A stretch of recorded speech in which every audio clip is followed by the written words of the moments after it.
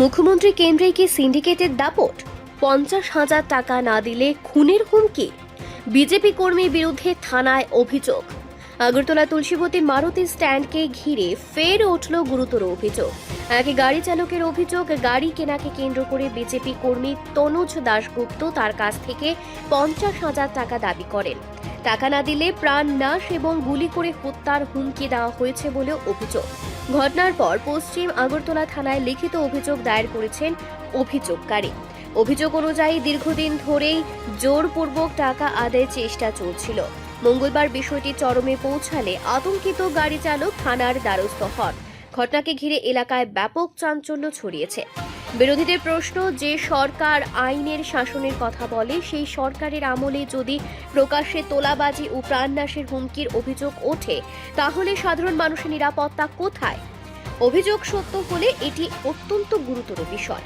তবে এই অভিযোগ এখনও তদন্তাধীন। এখন দেখার পুলিশ নিরপেক্ষভাবে তদন্ত করে অভিযোগের সত্যতা যাচাই করে প্রয়োজনীয় আইনি ব্যবস্থা নেয় কিনা।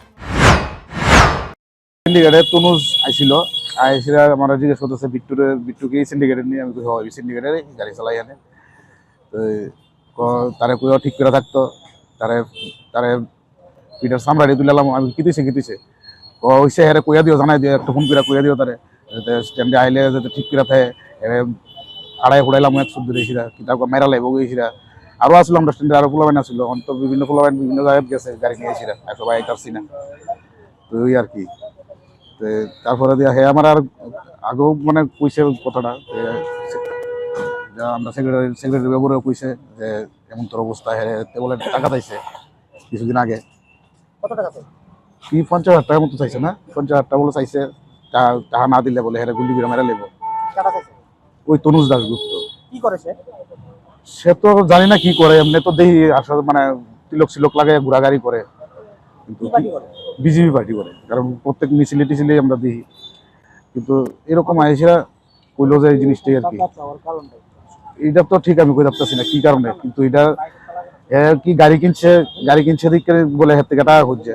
মানে কি এটা ব্যাপারটা, এইটাই আমরা স্যারের কাছে জানতে মানে ইয়ে করতাম আইসি থানার মধ্যে। দিন দুপুর এইভাবে আপনাদের কাছে এইভাবে গুলি দিয়ে হত্যা করবে এবং টাকা চাওয়াটা আপনারা কিভাবে নিচ্ছেন এটা? তো তার জন্যই তো আমরা এলাম প্রশাসনের কাছে। নাগরিক হিসেবে কিভাবে নিচ্ছেন? প্রশাসন নাগরিক হিসেবে তো আমরা একদম এটা খুব বাজে জিনিস, এটা হইলো বাজে জিনিস করতেছে যেটাই হোক। তো আমি এই লিগে আমরা আইছি থানার মধ্যে আইসিরা মানে আমরা স্যারের সুষ্ঠু বিচারের জন্য লোকে মনে হয় আসলে, কারণ ঢুকছে একজন, পিছনে মনে লোক আছে, আমরা এত লক্ষ্য করছি না ঠিক।